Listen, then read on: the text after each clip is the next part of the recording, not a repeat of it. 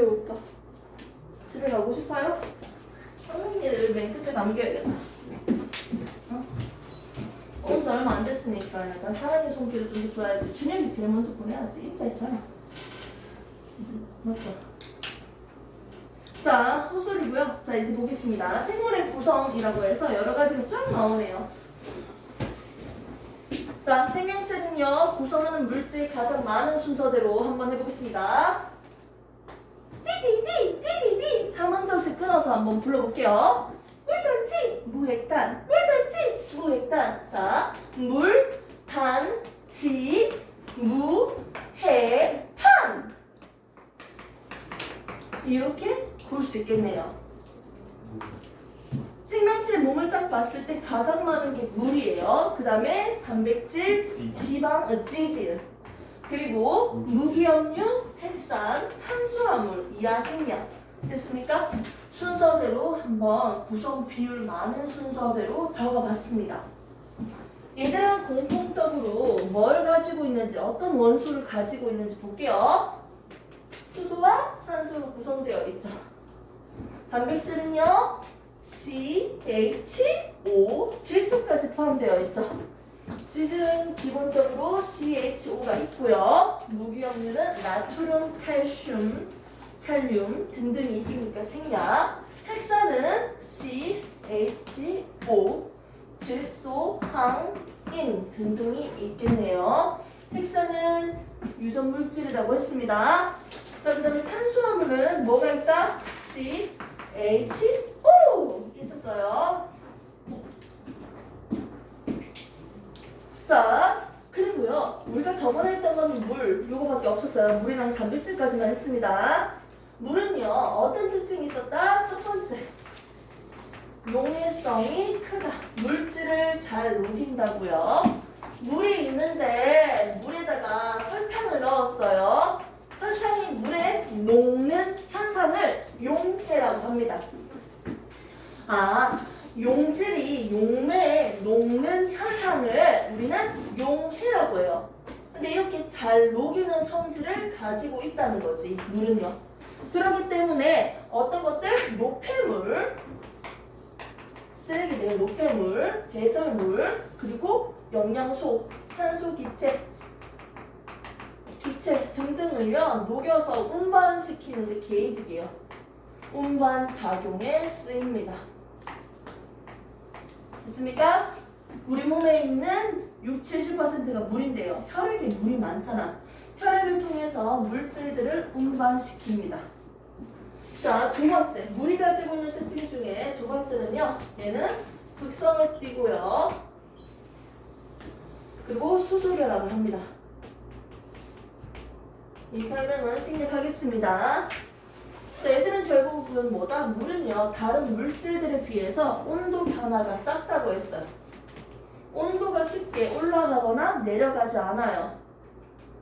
온도 변화가 작다는 거죠. 비열이 크다, 기하열이 크다. 여기 표도 좀 적어줄게. 비열, 거기 적혀져 있으니까 비열이 크다, 기하열이 크다.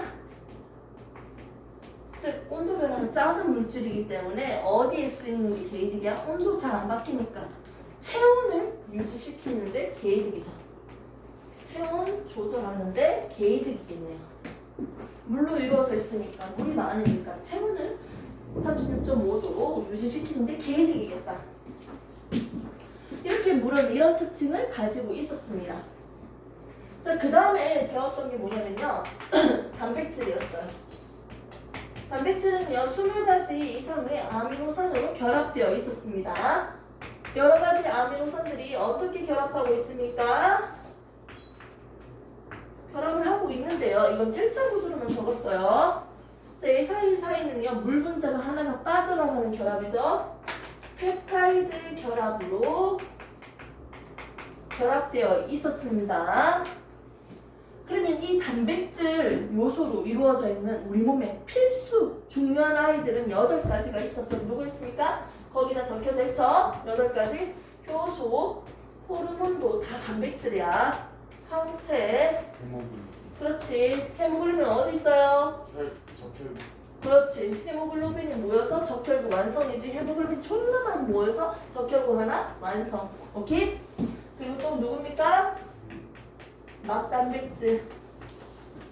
그리고 DNA 옆에서 염색성 만드는 데 필요한 히스톤 단백질.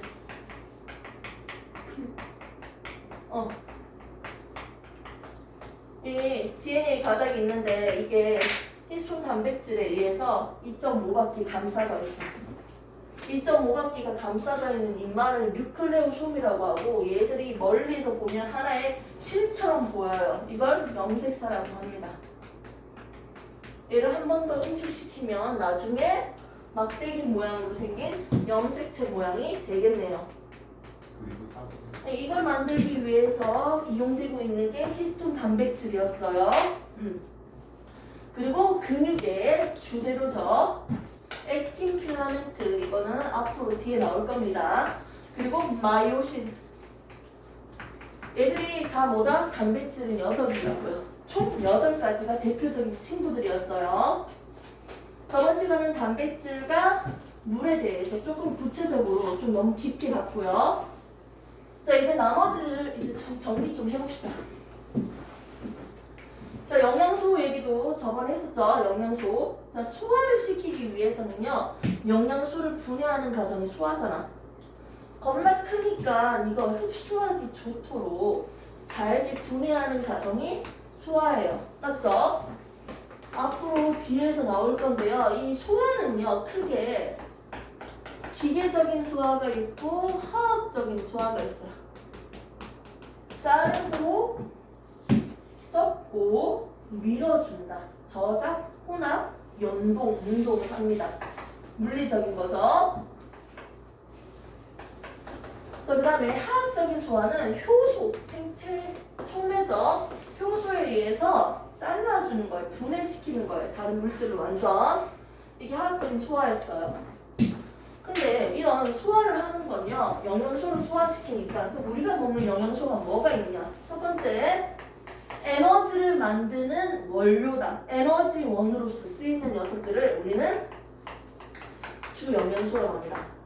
ATP를 만들기 위해 내 몸에 저장했다가 필요할 때마다 꺼내 쓰는 이 에너지를 만들기 위한 원료로 이용되는 영양소를요, 주 영양소예요.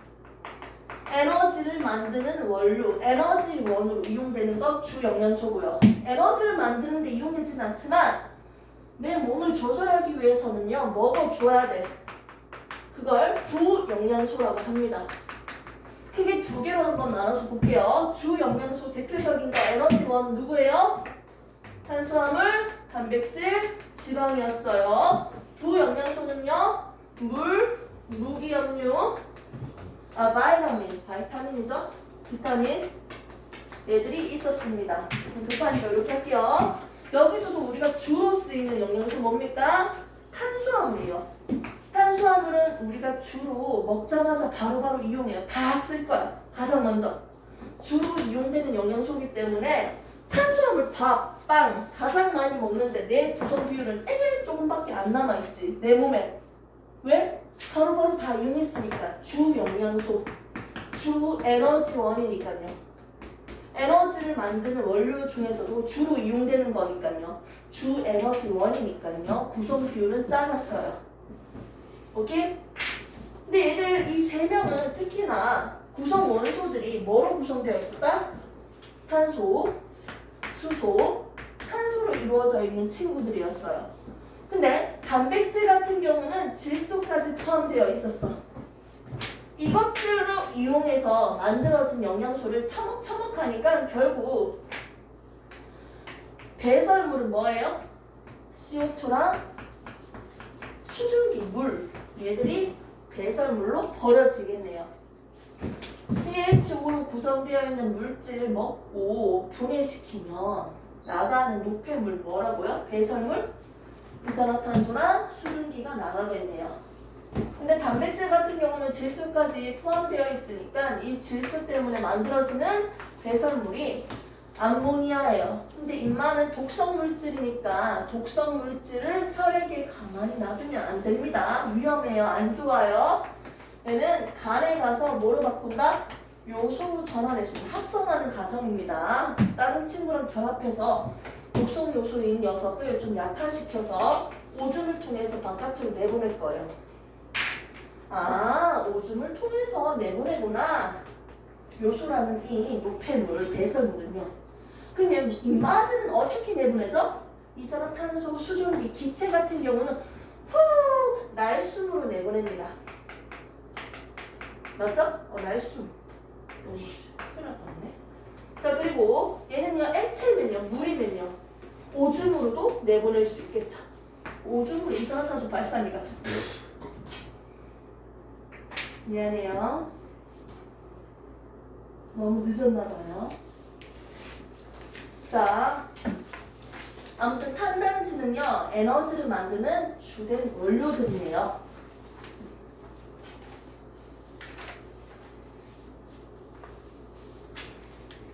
자, 이 상태에서 이제 조금 더 설명하겠습니다.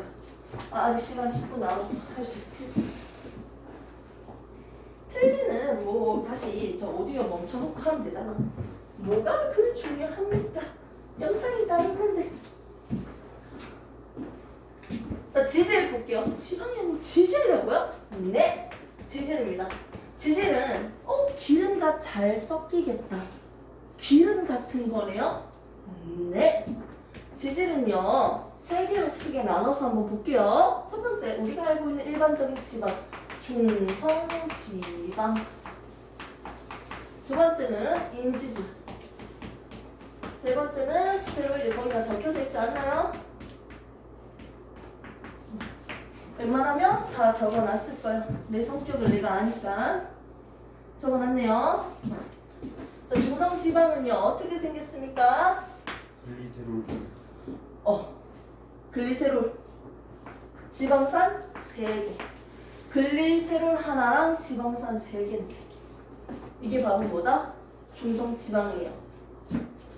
자, 인지질은요, 세포막의 구성 물질이었어요. 인과 지질이에요.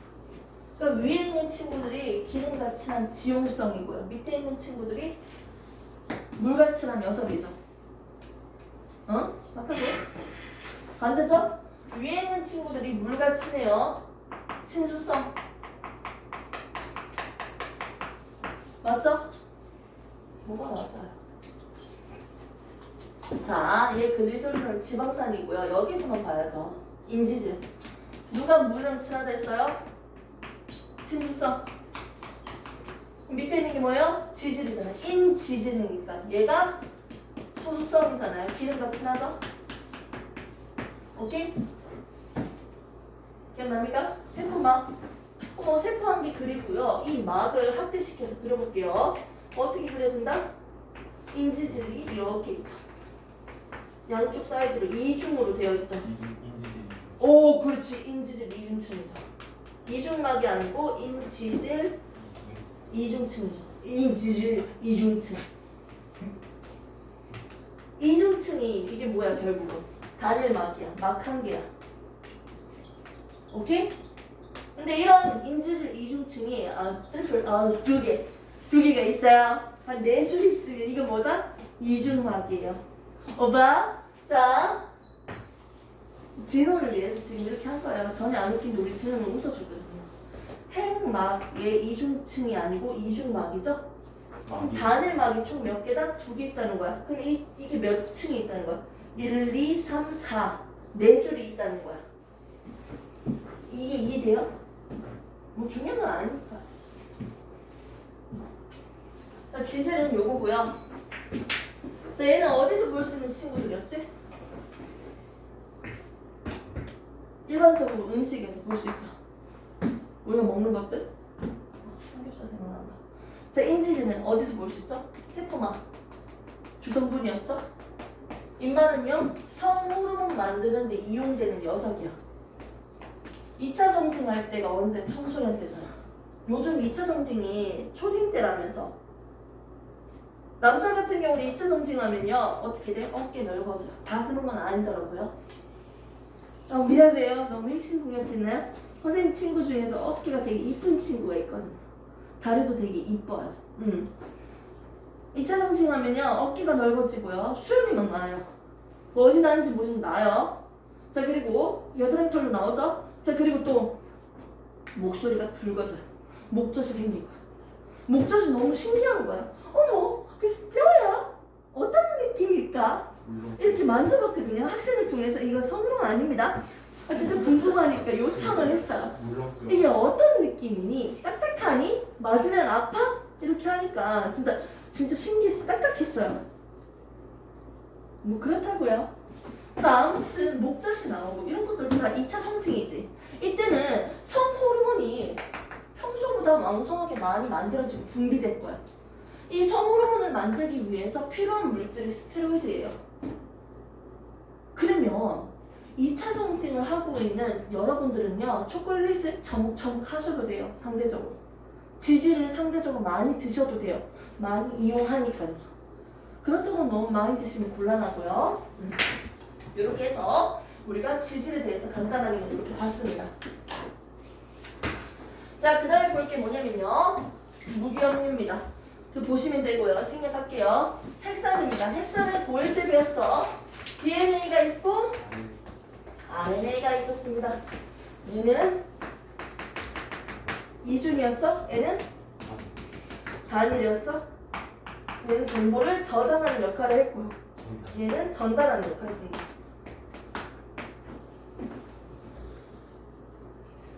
염기 4가지.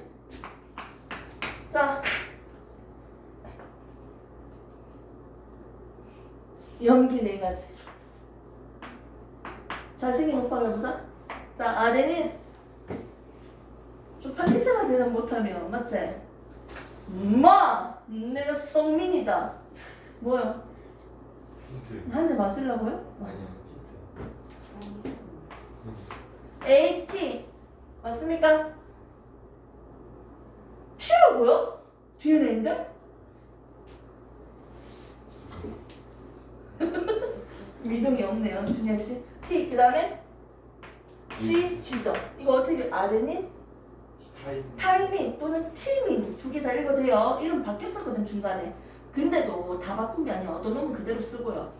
자, 그 다음에 사이토신, 구아닌이죠.